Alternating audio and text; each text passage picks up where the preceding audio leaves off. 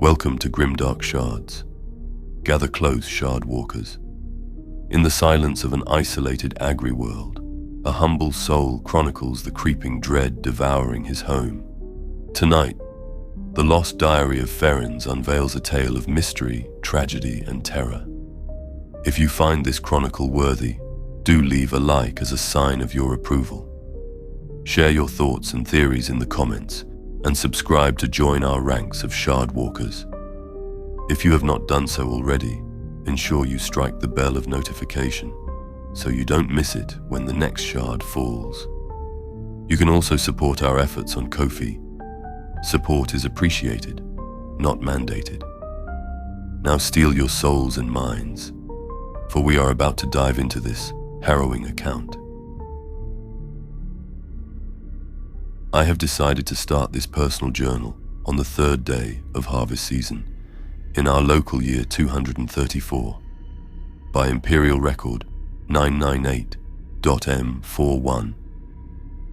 Writing helps me steady my thoughts, or so I hope. Life on Ferens, our humble agri-world, usually leaves little time for reflection. We farmers rise before first sunglow and collapse into bed after last light, hands blistered and backs aching, only to repeat the toil next day. But today something feels different, ominous, as old Father Baron at the chapel would say. This morning began as usual. I went out to the eastern terraces to inspect the grain. The fields of Garros wheat swayed golden, heavy with promise of a good harvest. Despite our world's isolation, the soil remains fertile and weather-kind. I noted the yield estimates for the administratum tithe ledger, fulfilling my duty as district tallyman. The numbers looked strong. For a moment, hope sparked that if we exceed the quota, the governor's men might allow us a bit extra grain this year. A small dream of fuller tables for our families come winter. Yet by midday, unease had crept into my heart. Lucia, my wife, remarked that the animals were anxious. Our grox herd kept lowing and shuffling, as if sensing a predator. Even the carrion birds wheeled restlessly overhead, then fled the skies entirely. I laughed it off at first, perhaps a jackal wolf prowling near the pens. Such things happen from time to time. Still, the farmhands exchanged nervous glances. The very air felt heavy. Night has fallen now. I write by candlelight at our kitchen table. Work is done. Lucia and little Marcel are asleep in the other room. Yet I cannot shake this feeling of dread coiling in my gut without obvious cause. Through the window I see an oddly overcast sky, clouds smothering the stars, and such silence. No chirp of crickets, no breeze through the barley pines. It is as if the world itself holds its breath. I remember my late father's tales.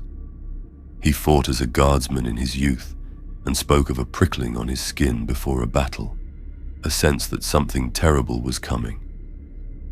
I feel that now. I pray I am wrong. Emperor, let it be just my nerves. Perhaps a prayer will grant me peace.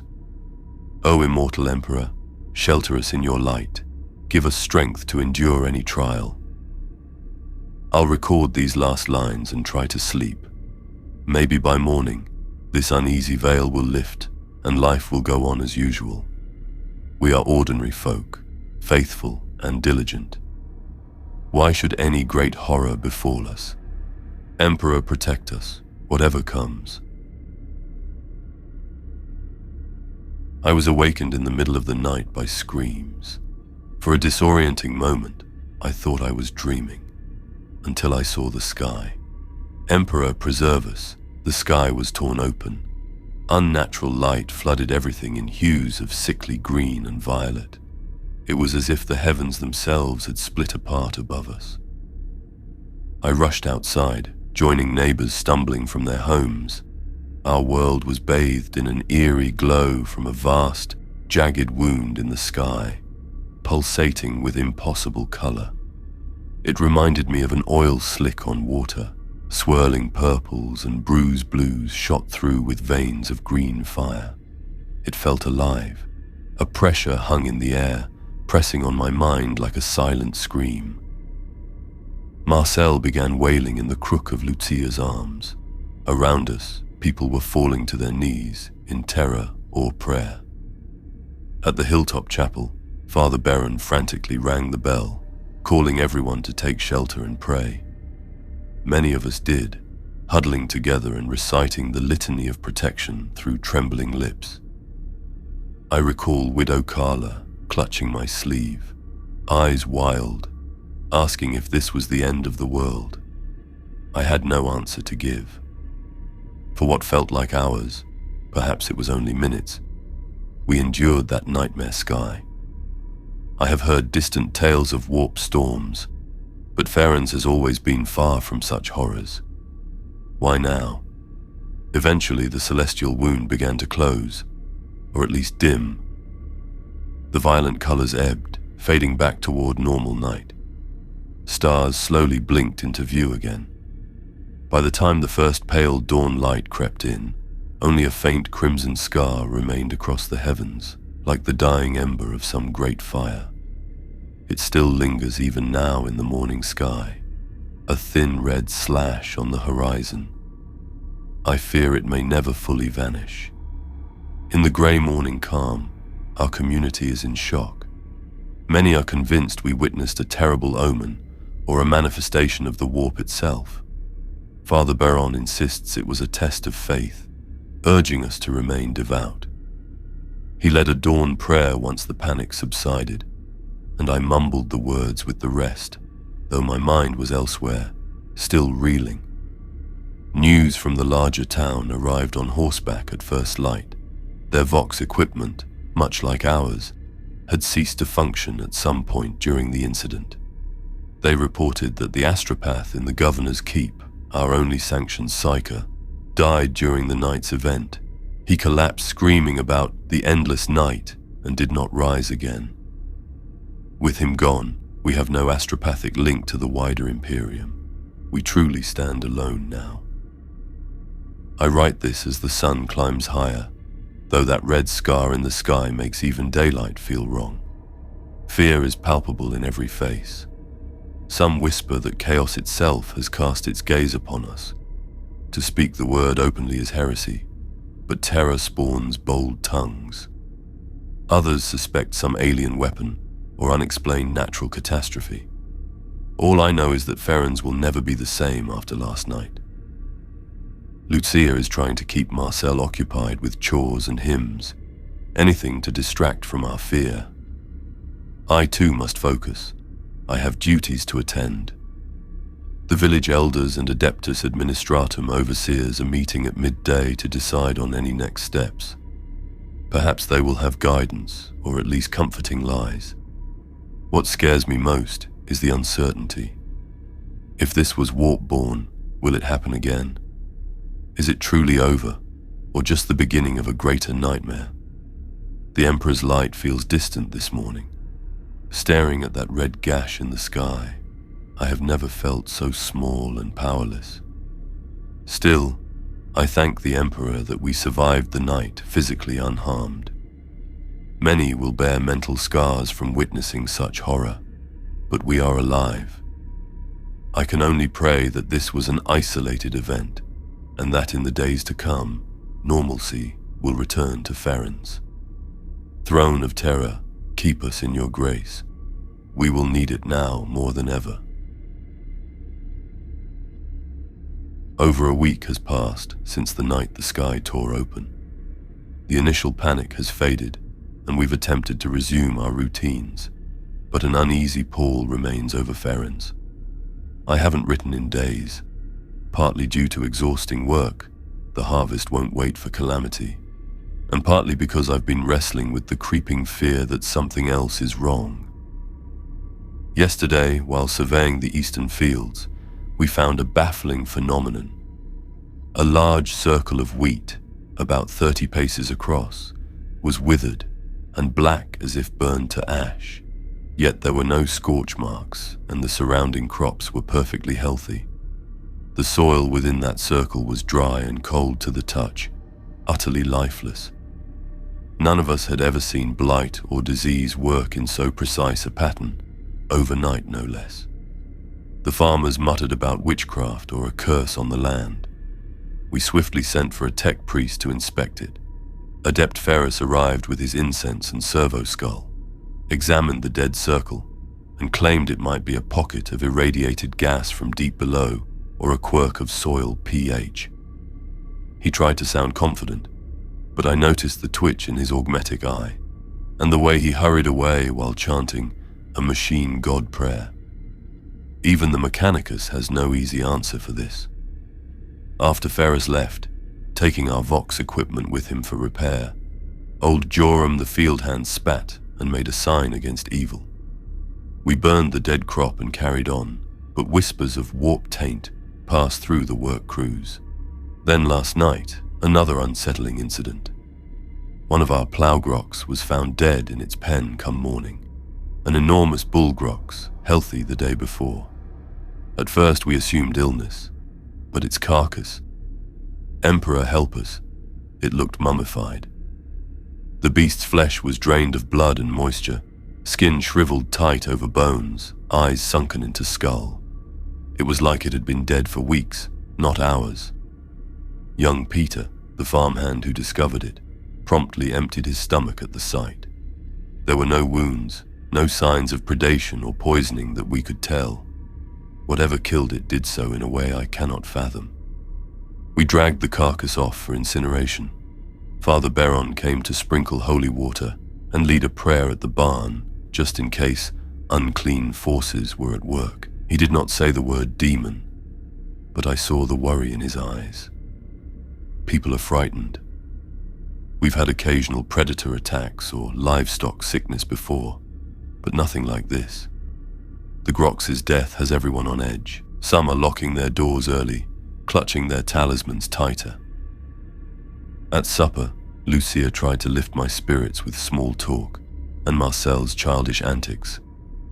But even she finally voiced what we're all thinking. What if that night opened the door for something evil? She confided that several villagers have reported nightmares all week.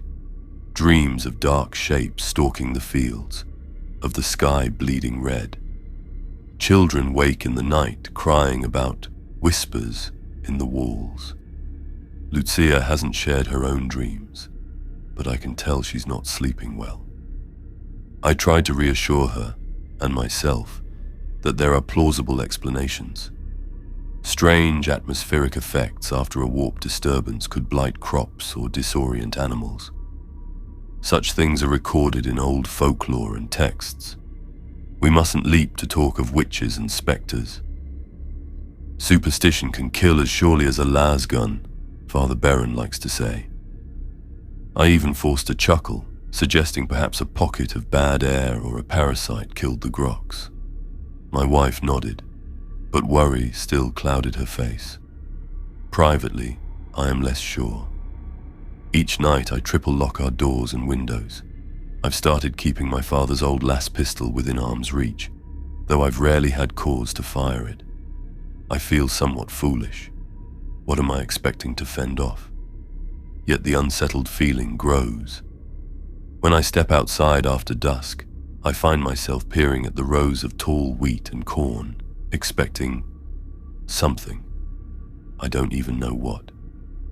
Tomorrow I'll ride out to the outlying farmsteads for the weekly tithe measurements.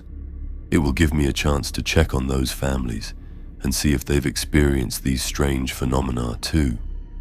A part of me dreads what I might learn, but ignorance helps no one. If trouble is truly afoot, better we all know the scope of it. Emperor, grant me courage to face whatever awaits. I have returned from the far farms with grim news and more questions than ever. Emperor, preserve us. I almost wish I hadn't gone. What I discovered out there, I still feel the chill of it in my bones. I set out at first light with a horse and cart to visit 3 homesteads east of our village. Those families live a bit isolated, each at least a mile from the next, tending huge fields on the plain. I hoped to find them safe and untouched by our recent troubles. Instead, I found horror. The Marche farm was my first stop. Usually their hounds bark as you approach, but this morning silence. I called out. No answer. Circling behind the barn, I nearly tripped over Karl Marche himself. He was lying face down in the dirt. My heart jumped. I thought him dead. But when I rolled him over, I found he was alive, breathing in shallow gasps. His eyes were open, staring blankly at the grey sky. He didn't respond to his name, only shuddered violently. As I lifted him, he began to babble, voice raw. Gone. All gone. They took them. Over and over. His hands clawed weakly at my arms. I half-dragged, half-carried Karl into his house, calling for his wife and sons. The interior was a wreck. Chairs toppled, a table shattered, and blood. Splatters of blood streaked the floor and walls in dark, dried smears. But there were no bodies. Karl's family was nowhere to be found. From the signs, a struggle had occurred, and it did not end well. I tried asking Karl who did this, where his family went, but he only sobbed and muttered about the fields, eating them. The poor man's mind had snapped. I couldn't get any coherent answers, so I laid Karl in the cart, wrapped in a blanket, and hurried to the next nearest farm, the Gelmar homestead. Perhaps they had seen something. I arrived to eerily similar scene. Door wide open, no one answering my calls. Inside the Gelmar house, I found breakfast still on the table, half-eaten porridge, cups of recaf cooling. It was as if the family had simply walked away in the middle of their meal. But why? Outside, I discovered a set of bare footprints leading from the porch into the vast wheat fields. They went a short distance and then stopped. Just stopped in the middle of a furrow, as if the person was plucked up into the sky. Cora Gelmar and her 2 daughters were gone without a trace. By now my heart was hammering and cold sweat drenched my back. 2 families vanished. I debated whether to risk checking the 3rd farm, the Pollocks. Finally I steeled myself and pressed on, telling a still unresponsive Karl Marche to hold on, and that will find help. The Pollock farmstead lies at the very edge of cultivation, near some gentle hills. When I got there, I noticed an eerie stillness and a low mist clinging to the ground. Their house was shut, no smoke from the chimney. I crept to a window and peered in. Darkness. Gathering courage, I pushed open the door and stepped inside, las pistol drawn, for what little comfort it gave. The front room was empty. Neat. Too neat. I called out softly. No reply. I should have left then, but I pressed further in towards the back bedrooms. The smell hit me first, coppery and rotten. In the main bedroom I found what remained of the Pollock family. It was a bloodbath. I won't record the gruesome details. Suffice to say it looked as if they had burst apart from within. I forced myself to look for survivors among the gore, but saw only 3 bodies worth of remains. Notably, the youngest child, an 8-year-old boy, was not among the dead. Could he have fled, or been taken like the others? I stumbled out, stomach heaving. Brother Hale, a young chapel deacon who had accompanied the search party from town, unknown to me until now, had come following my route on horseback, and he arrived just as I emerged. I must have been a ghastly sight, because his face went white when he saw me. I quickly explained what I could. Hale muttered a prayer, and urged that we head back immediately. There was nothing more we could do here alone. I agreed. We loaded the still catatonic Karl and set off home in haste, leaving the cursed Pollock farm and its dead behind. All the way back, I felt watched. The mist among the rows of grain seemed to form shifting figures at the edge of sight. Once, I thought I heard a distant wail carried on the breeze. I snapped the reins and didn't look back. We returned to the village by afternoon. The news spread like wildfire. 2 entire families missing without a trace, 1 family brutally slain. Panic erupted despite Father Baron's attempts to maintain order. An emergency council was held at the town hall. The theories flying about. Emperor, what to believe? Some claimed bandits or raiders must be responsible, though none could explain the grotesque Pollock murders. Others screamed it was a chaos cult or evil spirit unleashed by the Sky Tear. One of the older children babbled that the plants came alive and ate them, likely echoing Karl Marchard's delirium. Amidst the chaos, the magistrate finally decided to send a rider directly to the planetary capital to beg for the planetary defense force, or even inquisitorial aid. Why this wasn't done earlier, I do not know. Perhaps they feared Imperial reprisal for losing control of the province. In the meantime, we villagers must fend for ourselves. A volunteer search party of able-bodied men is to scout the eastern fields at first light tomorrow, to look for the missing and hunt whatever might be out there. I have volunteered, along with Sergeant Thomas, an old PDF veteran, and a few others. Truthfully, I am terrified, but I feel I must go. If I do not, the guilt would eat at me. We've also instituted a dusk curfew.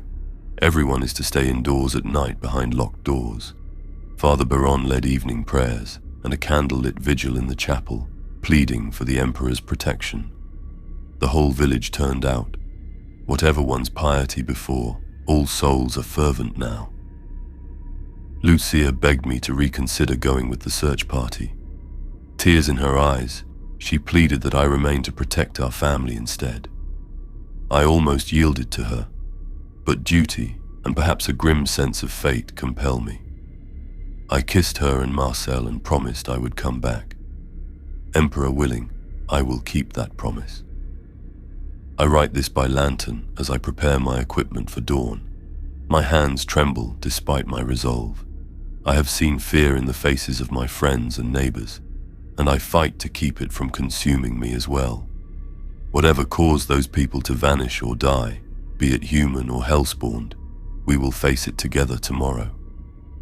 Part of me is quietly saying goodbye with every stroke of this pen, just in case.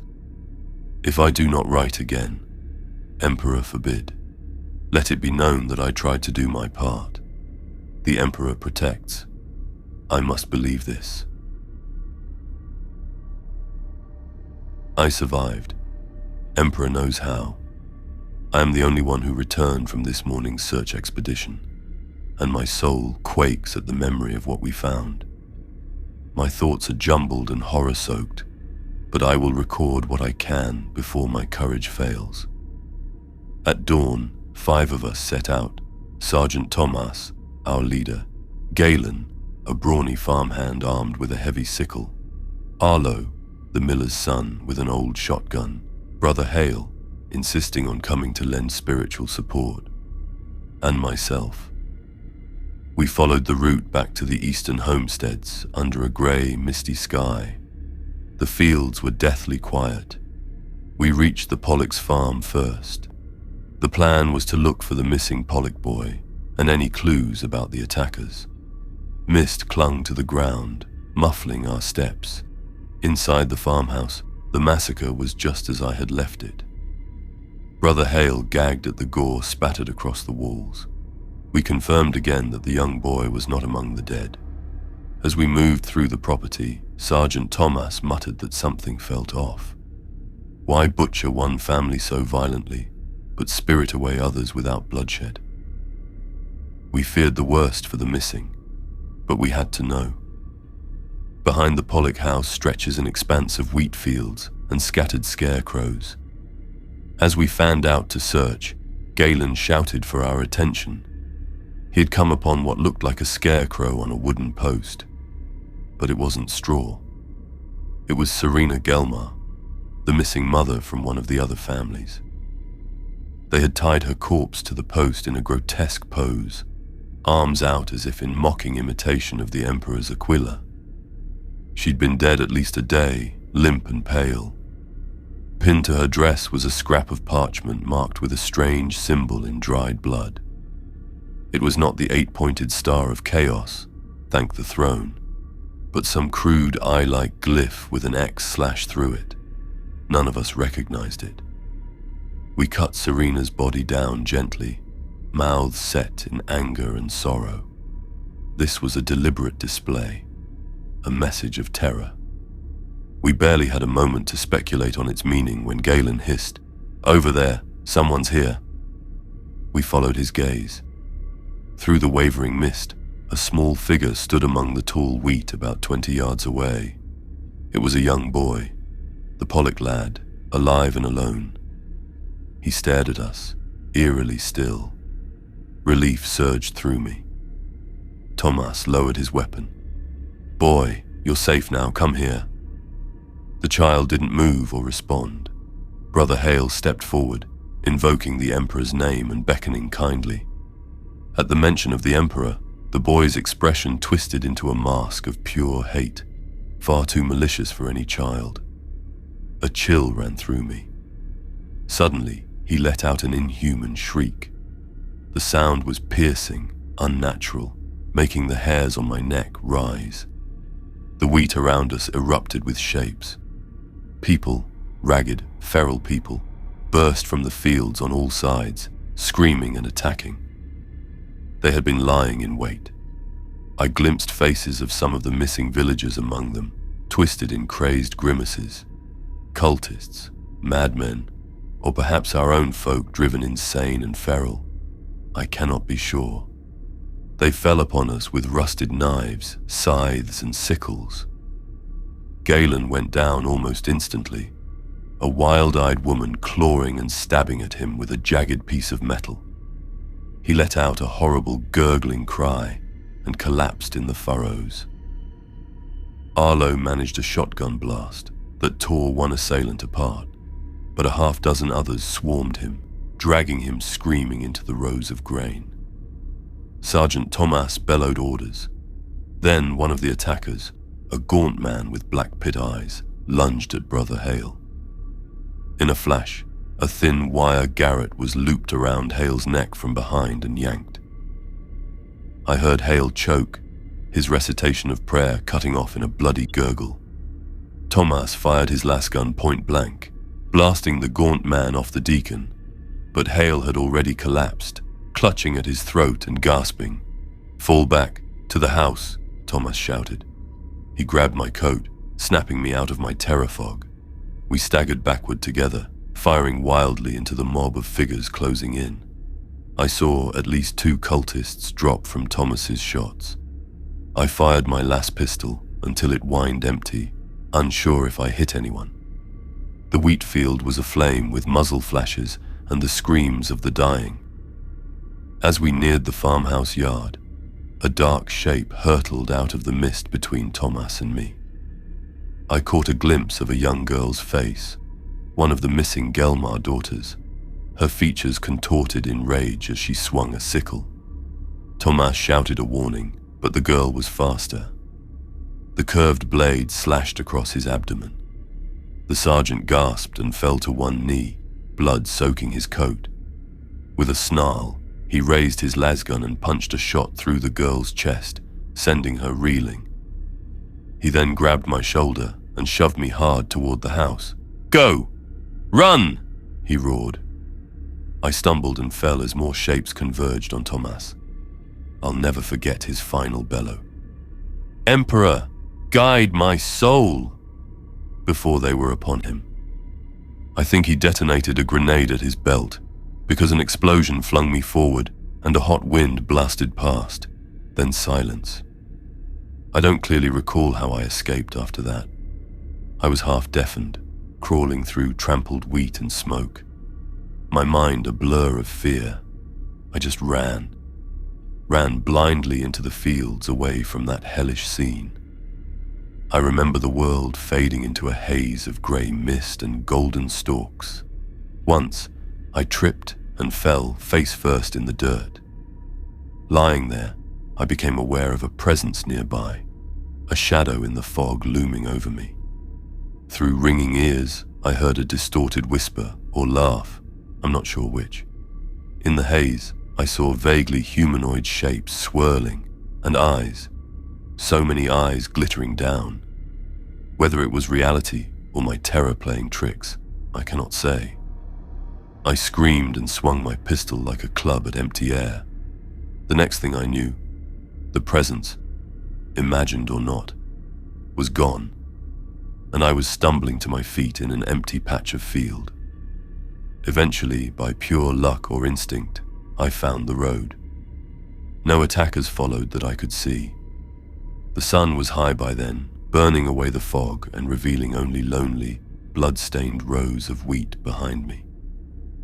Of my companions or the ambushers, I saw no sign at that moment. No bodies even, as if the bloody harvest of that battle had been gathered up by the earth itself. I returned to the village alone, in shock, covered in cuts and other people's blood. They tell me I wandered in like a ghost. Villagers rushed to fetch water and tend a shallow knife wound on my calf. I hadn't even realized I was hurt. Through chattering teeth, I reported what happened. The Pollock boys' appearance, the ambush by what seemed to be a cult of crazed folk, many of them recognizably our missing neighbors, and the fate of my fellow searchers. Emperor rest their souls. The town's reaction was a mix of horror and confusion. Some immediately labeled the attackers as heretics serving a dark power. Father Baron gingerly took the blood-marked parchment with the symbol from me. Thomas had thrust it into my hand before the fight. The priest's face was grave. He locked himself in the chapel to consult his texts on heretical symbols. The magistrate wasted no time now. He's sending multiple riders in all directions, pleading for any armed assistance. The nearest PDF outpost is days away, but maybe a miracle will bring help sooner. Meanwhile, fear and suspicion have taken hold here. I see it in the eyes of my neighbors when they look at me, the lone survivor. They don't say it, but I can imagine the whispers. His story makes no sense. Why him? Why only Jonas? How did he escape when others didn't? I have asked myself the same. I saw how deadly the onslaught was. By any logic, I should have died with the rest. Was it simply Emperor's grace that spared me? If so, to what end? Part of me feels guilty that I lived while brave Thomas and innocent brother Hale perished. Another part of me wonders in terror. Perhaps I was allowed to survive. The thought makes my blood run cold, but I must admit it. What if the entity or force behind this chose not to kill me? Karl Marche was left alive too, albeit broken in mind. Am I meant to serve as a messenger of fear, a witness to spread the tale, or worse? Could I be in some way marked by this evil? I haven't voiced these thoughts to anyone, lest they truly think me mad or tainted. But the possibilities torment me. I do know that I feel different. Ever since I fled those fields, there's a faint echo in my head, like a distant reverberation of that shriek the boy gave. It's probably just trauma ringing in my ears. It has to be. My beloved Lucia and Marcel are relieved that I'm alive, but I see fear behind Lucia's embrace. She checked me for wounds multiple times, as if not believing I'm really here and whole. Tonight, we and a few others will huddle in our home, doors barred, weapons ready. Many villagers have already abandoned their homes to take refuge in the chapel or the sturdier stone storage barn together, preferring company in numbers. A few panicked families hitched wagons and fled toward the distant capital, though traveling at night in the open is perilous too. I pray they make it. I don't know what will become of us. We are beset by something far beyond our capability, a mystery that wears the faces of our kin and neighbors, that strikes from shadow and perhaps even haunts our minds. Whether it be a cult of the ruinous powers, a xeno-infestation, or some malevolent spirit of this land, it is hunting us, and it will not stop. I will continue to chronicle what I can. If Ferens falls to this nightmare, at least there will be a record of what befell us in the Emperor's name. This will likely be my final entry. It is the dead of night. I write by a flickering stub of candle in what used to be my home. Now it feels like a tomb. I am alone, truly alone, in every sense. My hands are shaking and stained with blood. I can barely hold the quill, but I must try to set down what has happened. 2 days have passed since the disastrous search. In that time, our village fell into despair and chaos. The foul cult, or whatever those fiends are, came at us relentlessly each night. We piled barricades, lit bonfires, kept armed watch, all in vain. One by one, they picked us off. Last night, they breached our perimeter and attacked the chapel where dozens of survivors were gathered. It was slaughter. The memory is a blur of screams, fire, and blood. I recall Father Beron brandishing his aquila and shouting prayers as dark silhouettes swarmed him. I remember the chapel pews overturned, the smell of burning incense and flesh, and the panicked crush of villagers scrambling to flee. I kept hold of Lucia and Marcel as long as I could. We were caught in a melee near the altar. A crazed attacker lunged at us. A former neighbor, I realized in horror, now with eyes lit by madness. He drove a rusty knife toward me. But Lucia, Emperor, she stepped in front of me with Marcel in her arms. The blade went straight through her back. My wife's blood splashed across my face. She looked at me with wide, shocked eyes. I can still hear her whisper my name. I howled and struck down the knife wielder with a candlestick, splitting his skull. But Lucia, she crumpled in my arms, and our son tumbled away in the chaos. Everything after that is haze. I remember Marcel screaming and reaching for his mother as someone dragged him back. I think it was one of the cultists who snatched him, but in the smoke and panic I couldn't see. The next thing I knew, I was outside the chapel in the cool night air, coughing from the smoke. The building behind me was an inferno. Flames and black smoke billowed from the windows as the roof began to collapse. I have no idea how I got out, whether someone pulled me free or I stumbled out myself in delirium. All I had was the clothes on my back, soaked in Lucia's blood, and my father's las pistol at my hip. I have lost everything. In a matter of minutes, my wife was murdered and my child taken from me. Most of our remaining friends and neighbors died in that final assault. If any others survived, I haven't seen them. I suspect I might be the last living soul in our village now. I wandered, half crazed with grief, back to my house. By sheer habit or desperation, I barred the door and propped a beam against it. Outside, the night was eerily quiet after the orgy of violence. Only the crackle of the distant burning chapel and faint, inhuman laughter carried on the wind. I don't know how long I sat on the floor in the dark, clutching Lucia's shawl and sobbing. At some point, exhaustion claimed me. I might have slept or simply drifted into a daze. Then came the whispering. I awoke, or became aware, to a presence in the room with me. A voice that was not a voice, slithering into my mind. It was the same sense of malign presence I felt out in the fields when I fell. Only now it was inside my own skull. I could understand pieces of it. Cloying words of comfort mixed with venomous mockery.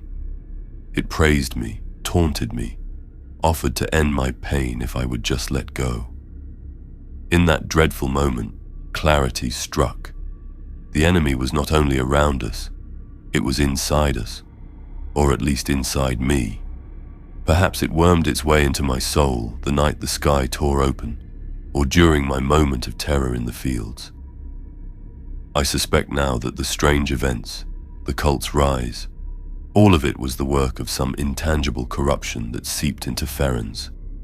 And I, Jonas, the faithful emperor-fearing man, harbored a seed of it unknowingly. It must be how I survived when others fell. I was spared as its instrument. Throne, forgive me. Was I an unwitting beacon for this evil all along? As if sensing my realization, the entity in my head grew more aggressive. A wave of alien anger and hunger slammed into my thoughts. My vision blurred red, my limbs moved on their own. I stood up like a puppet jerked by strings. My feet started shuffling toward the barred door, ready to unlatch it, to let the horrors outside come in. I could hear faint scraping and gibbering from the other side. Through the window slit I glimpsed shapes in the darkness, and I swear I heard my son's voice among them, crying softly, "Daddy, open the door." My heart nearly burst. Marcel's voice, pleading. But something was off about the tone. Too cold, too controlled. I realized with sick certainty it was a trick, a lure meant to break me. And nearly it did. I was inches from tearing the door open to rush out and find him. But at the last instant, I resisted. I wrenched my hands away from the bolt and stumbled back, screaming no, into the emptiness. In that struggle of wills, I managed to regain enough control to do the only thing I could think of. I grabbed this journal and pen. Writing has always been my anchor, so I use it now, literally, to anchor my mind. With each stroke of quill, I reassert myself. The act of forming each letter helps push the intruder back, if only a little. It watches me from the recesses of my own consciousness. I feel it boiling with rage and confusion at my defiance. I know I cannot hold it off much longer. I feel like a man holding a door shut against a tidal wave. But I will try to leave a final testimony. Whoever finds this, if anyone ever does, know that Ferens is lost. The exact nature of our torment remains uncertain. Perhaps that will forever remain a mystery. What is clear is that this force fed on our fear and despair. It turned neighbor against neighbor, drove the gentle and pious to unspeakable acts. It used our own faces and voices as weapons. I fear even the mighty Inquisition would find this a vexing puzzle.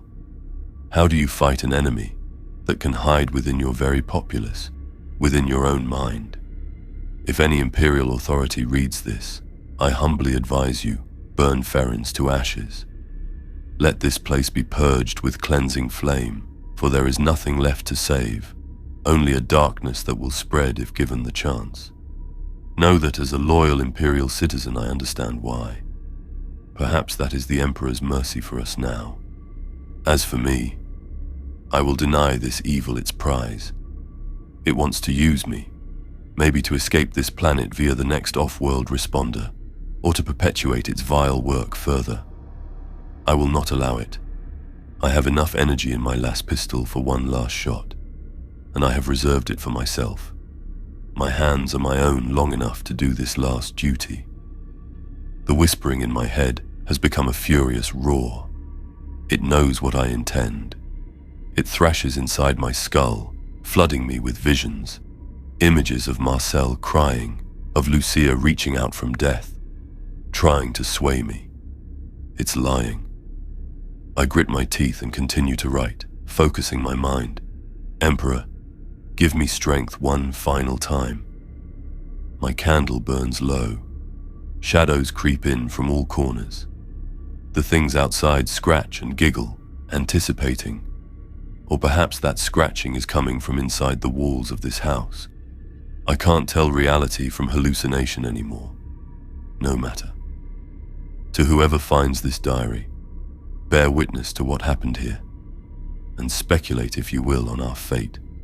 For I have given you all the pieces I could. I leave it to your reason, and perhaps your nightmares, to discern what truth, if any, lies hidden in this tragedy. I can feel the entity clawing at my consciousness, trying to seize control of my hands even as I write these last lines. My vision blurs. The quill nearly falls. This is it. I will die as myself, as Jonas, and not as the thrall of some nameless horror. Lucia. Marcel. I'm sorry.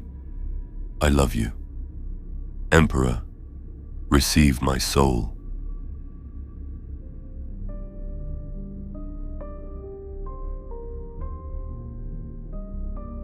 Thus concludes the chronicle of the Red Scar of Ferens. Thank you for daring to walk this dark path with us, Shard Walker. Your courage and curiosity honor these haunted archives. We invite you to share your thoughts and theories on what truly transpired on Ferens in the comments below. We are eager to hear your interpretations of this mystery. What do you think? Can this account even be trusted? If this tale gripped your soul, give it a like. Consider subscribing to join us for more journeys into darkness, and sound the bell of notification to keep the Vox channels clear. Your support on Ko-fi bolsters our efforts and is appreciated, not mandated. You can find the link in the archives below. Until we meet again, stay vigilant. The Emperor protects.